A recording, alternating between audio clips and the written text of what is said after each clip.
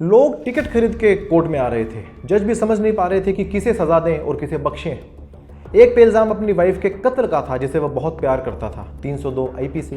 दूसरे पे इल्ज़ाम था कि उसने उसकी वाइफ से नाजायज़ संबंध बनाए थे, 497 अडल्ट्री। एक तरफ कानून, दूसरी तरफ समाज। एक ऐसा केस जिसने पूरे बंगाल को हिला के रख दिया। केस है दोस्तों क्वीन वर्सेस नोबिन चंद्र बनर्जी 1874। आज के वीडियो के लिए कोई टिकट नहीं है, आप सिर्फ चैनल को सब्सक्राइब कर लीजिए। 19वीं सदी का बंगाल, हुगली नदी के किनारे एक भव्य शिव मंदिर तारकेश्वर। यह मंदिर बहुत प्रसिद्ध था। कहा जाता था कि यहाँ पर निसंतानों को संतान प्राप्ति होती थी। मंदिर के मुख्य महंत थे माधव चंद्र गिरी, बाहर से संत लेकिन भीतर से एक राक्षस। गांव के लोग जानते थे उसके चरित्र दागदार है। इसी गांव में रहता था नील कमल मुखोपाध्याय, एक गरीब पुजारी। उसकी दो बेटियां थी, पहली एलोकेशी, दूसरी मुक्तोकेशी। ये कहानी एलोकेशी की है। नील कमल की पत्नी मंदाकिनी, उसका महंत के साथ पुराना मेलजोल था। 1867 में एलोकेशी जब सिर्फ 8 साल की थी तभी उसकी शादी कर दी गई थी नोबिन चंद्र बनर्जी से। बाल विवाह बड़ी आम बात थी हमारे यहाँ पर। नोबिन बंगाल के सरकारी प्रेस में काम करता था, तनख्वाह कम थी। कोलकाता में वह एक छोटे से कमरे में रहता था किराए पर। नई दुल्हन को शहर में रख पाना मुमकिन नहीं था। वो बीच बीच में गांव आता, पैसे देता, पत्नी से मिलकर लौट जाता। अभी भी बहुत लोग ऐसा ही करते हैं। वक्त ऐसे बीतता गया। जब एलोकेशी करीब 15 साल की हुई तब महंत माधव गिरी की बुरी नज़र उस पर पड़ी। उसने पूछताछ की तो पता लगा कि यह मंदाकिनी की सौतेली बेटी है। उसने मंदाकिनी को मंदिर बुलाया, रात को एक सौदा रखा। अपनी बेटी को मेरे हवाले कर दो, सोना चांदी और पैसे मिलेंगे। मंदाकिनी ने यह बात नीलकमल से की। नीलकमल पहले तो हिचकिचाया, फिर गरीबी के सामने दोनों झुक गए। मंदाकिनी ने एलोकेशी को बहला फुसलाकर मंदिर लाना शुरू कर दिया। कभी कहा संतान का उपाय मिलेगा, कभी कहा पूजा करवानी होगी। महंत ने उसे अपनी हवस का शिकार बना डाला। धीरे धीरे गांव में ये बात फैल गई, कानाफूसी शुरू हो गई। लोग तरह तरह की बातें बनाने लगे। जब नोबिन गांव वापस आया उसे ताने सुनने पड़े, लेकिन वो टूटा नहीं। उसने अपनी पत्नी से पूछा तो उसने सब बता दिया। नोबिन ने कहा, मैं तुमसे प्यार करता हूँ, मैं तुम्हें माफ़ भी करता हूँ। अब हम यहाँ नहीं रहेंगे, यहाँ से हम कहीं दूर चले जाएंगे। दोनों रात के अंधेरे में भागने लगे। महंत को जब पता चला तो रात को महंत के गुंडों ने उन्हें रोक लिया। नोबिन अपने अपमान और बेबसी को झेल नहीं पा रहा था। जो वो चाहता था वो कर नहीं पा रहा था, और जो उसने किया वो चाहता नहीं था। 27 मई 1873 की रात मछली काटने के चाकू से उसने अपनी पत्नी, जिससे वो बहुत प्यार करता था, एलोकेशी की गर्दन काट दी। वो सीधा थाने गया अपनी पत्नी का सिर लेकर। मुझे फांसी दे दो, ये दुनिया मेरे काम की नहीं, मैं अपनी पत्नी के पास जाना चाहता हूँ। मामला हुगली के सेशंस कोर्ट में पहुंचा। नोबिन पर आईपीसी सेक्शन 302 में मर्डर का आरोप लगा और वहीं महंत पर सेक्शन 497 अडल्ट्री का आरोप। सेक्शन 497 कहता है कि यदि कोई पुरुष किसी विवाहित महिला से संबंध बनाएगा तो वह उसके पति का अपराधी है। महिला को अपराधी नहीं माना जाता था। ये वो वक्त था जब पत्नी को पति की संपत्ति माना जाता था।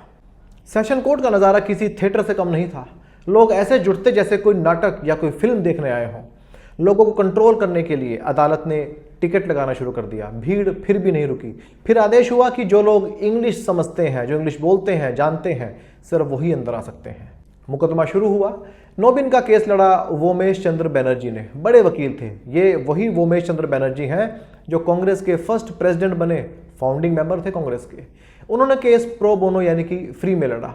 उन्होंने दलील दी कि नोबिन तो खुद पीड़ित है, विक्टिम है। उसकी पत्नी के साथ महंत ने जो किया उससे उसका सम्मान कुचल दिया गया था। उसने आवेश में आकर अपनी पत्नी को मार दिया। उस वक्त इंडिया में दोस्तों ज्यूरी सिस्टम था। कई सारे लोग बैठते थे, ये सब आम लोग होते थे। ज्यूरी में सब इंडियन थे। ज्यूरी ने फैसला दिया नोबिन निर्दोष, लेकिन अंग्रेज जज जस्टिस फील्ड ने ज्यूरी का फैसला खारिज करते हुए मामले को कलकत्ता हाई कोर्ट रेफर कर दिया। कलकत्ता हाई कोर्ट में सुनवाई हुई। जज ने माना कि महंत ने एलोकेशी को बहलाया और उसके साथ व्यभिचार किया। फैसला आया नोबिन को आजीवन कारावास सेक्शन 302 में, महंत को 3 साल की बामशक्कत कैद और 2000 का जुर्माना सेक्शन 497 में। उस वक्त 2000 दोस्तों बहुत बड़ा अमाउंट था, लेकिन जनता भड़क उठी। उनको लगा कि एक बलात्कारी को 3 साल की सजा और उसके पति को उम्र कैद, ये तो अन्याय हुआ। बंगाल में आंदोलन शुरू हो गए। नवाब, राजा, बुद्धिजीवी सबने याचिकाएं भेजी। करीब 10,000 से ज़्यादा लोगों ने एक सिग्नेचर कैंपेन चलाई और उसके लिए माफ़ी की मांग की। 10,000 लोग बंगाल में उस वक्त की पॉपुलेशन के हिसाब से बहुत बड़ी गिनती थी। ब्रिटिश सरकार थोड़ा सा घबराई, 1857 की बगावत देख चुकी थी। उन्हें फिर लगा कहीं ये मामला फिर से बगावत ना बन जाए, हम इस मामले से ज़रा दूर ही रहें। आखिर 2 साल बाद नोबिन को रिहा कर दिया गया अंडर पब्लिक प्रेशर। महंत ने सज़ा पूरी की। ये केस महज एक केस नहीं रहा, बल्कि बंगाल की कला में जगह बना ली। 34 ढोंग हुए, 19 नाटक हुए इसी केस पर। कई पेंटिंग्स हुई। पेंटिंग्स में एलोकेशी को महंत को मिलना, उसको पान खिलाना, गला काटने की घटना को पेंटिंग में दिखाना, महंत को जेल में तेल पेलते हुए दिखाना, लेबल लगाकर शीशियों में तेल बेचा गया ये कहकर कि ये वही तेल है जो महंत ने जेल में निकाला था। दोस्तों 497 यानी कि अडल्ट्री 150 सालों तक कानून की किताब में एक जुर्म रहा, लेकिन 27 सितंबर 2018 को सुप्रीम कोर्ट ने इस सेक्शन को अनकॉन्स्टिट्यूशनल कहकर सेट असाइड कर दिया। अब आज के डेट में ये कोई ऑफेंस नहीं है, कानून की किताब से इसको हटा दिया गया है। कोर्ट ने कहा कि महिला अपनी मर्जी की मालिक है, वह किसी की संपत्ति नहीं है। दोस्तों आपके अनुसार असली दोषी कौन था? महंत जिसने अपनी पोजीशन का मिसयूज किया, लोगों का विश्वास तोड़ा, या नोबिन जिसने अपनी पत्नी का मर्डर किया, या वो समाज जो एक पत्नी को उसके पति की प्रॉपर्टी मानता था, जिसकी वजह से नोबिन समाज में इतना शर्मसार हुआ कि अपनी पत्नी जिसे वो बेहद प्यार करता था उसे मार दिया। ये था दोस्तों हमारा आज का कानूनी किस्सा। पसंद आया तो लाइक कीजिए, शेयर कीजिए और चैनल को सब्सक्राइब नहीं किया तो कर लीजिए। फिर मिलेंगे दोस्तों, आपका दोस्त एडवोकेट विपिन कुमार। नमस्कार।